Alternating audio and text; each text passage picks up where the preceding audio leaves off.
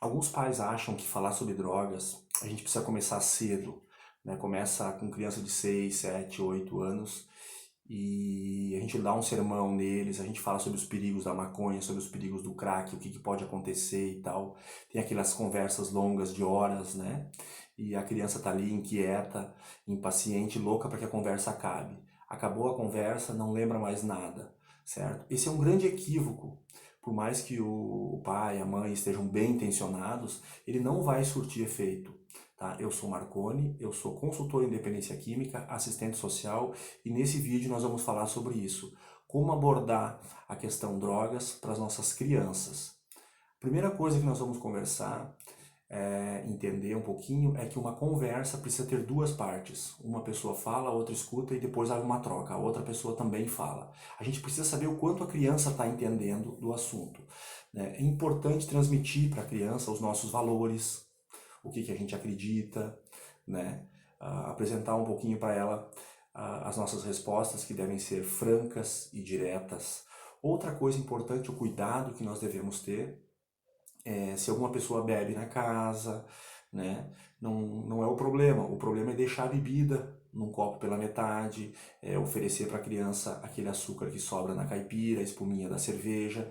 Nós vamos, né, facilitando a experimentação, certo? E depois que ela perdeu o medo da experimentação, que ela experimentou, que ela viu que é bom, etc e tal, né, ela vai desenvolver logo, né, o hábito, certo? Outra coisa importante que a gente precisa entender é a cidadania das crianças. Não é porque ele tem 6, 7, 8, 10 anos que ele não pode começar a aprender a resolver os seus problemas, que ele não pode se frustrar, que ele tem que ser uma criança sempre feliz, sempre alegre, sempre, né, envolvida num monte de coisa. A criança precisa brincar, a criança precisa ralar o joelho, certo? Ela precisa ter esse contato com a vida, porque depois nós vamos ter um adulto frustrado, um adulto que não consegue, né, vai fugir, o álcool vai ser um amigo, a droga vai ser um amigo, né? Então, assim, uma das teorias que trabalha a questão da dependência química, ela fala que o usuário, né, a pessoa que desenvolveu a doença do alcoolismo, ele não conseguiu processar o amor. Por isso que é tão difícil ela parar, certo? Porque ele não consegue entender que as pessoas amam ele tem algum bloqueio, alguma situação. Então, para a gente, né, nós precisamos apresentar para o nosso jovem, para o nosso filho, uma forma que ele entenda que a gente ama ele, que a gente quer o bem dele, ouvindo o que ele está falando, entendendo as suas queixas, certo? Nós precisamos criar essa sinergia na nossa conversa, nós precisamos desenvolver e para ter ele como amigo, para a hora que oferecerem para ele, porque vão oferecer, certo? Ele vir falar com nós. Olha, pai, aconteceu isso na escola.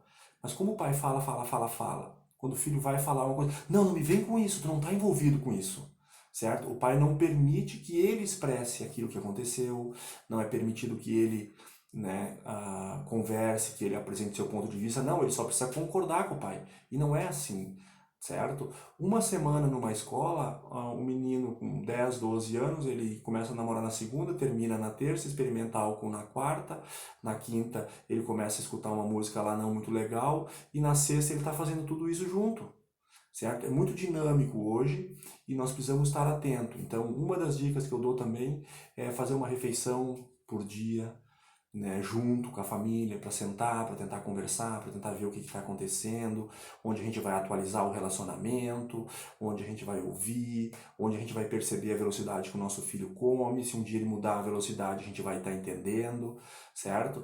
Então esse é o primeiro vídeo, eu vou lançar alguns vídeos falando um pouquinho sobre prevenção, depois nós vamos falar um pouquinho sobre recuperação, sobre internação, sobre como é que a gente pode fazer para estar ajudando o nosso familiar. Então dá um likezinho aí no vídeo, compartilha com os amigos e ajuda aí a fazer crescer esse canal aí. Valeu, obrigado!